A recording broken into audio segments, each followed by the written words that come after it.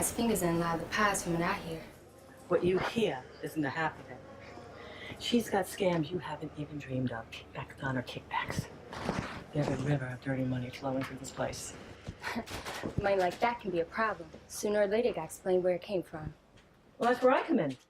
I channel it, funnel it, filter it. It's tax-free municipal bonds. I send that money out into the world, and when it comes back, ooh. It's as clean as a virgin's whistle? Cleaner. By the time Norton retires, I will have made her a millionaire.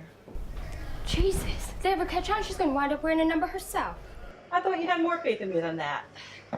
I'm sure you're good, but all that paper leaves a trail. Anybody get you curious? FBI, IRS, whatever? That trail's gonna lead to somebody. Sure it will, but not to the warden and certainly not to me. Who then? Petra Stevens. Who? The silent partner. She's the guilty one, Your Honor, the one with the bank accounts. They track her down, all they're gonna find is her. You can't just make a person up. Sure you can, if you know how the system works and where the cracks are. It's amazing what you can do by mail. Miss Stevens has a birth certificate, driver's license, social security number. They track those accounts.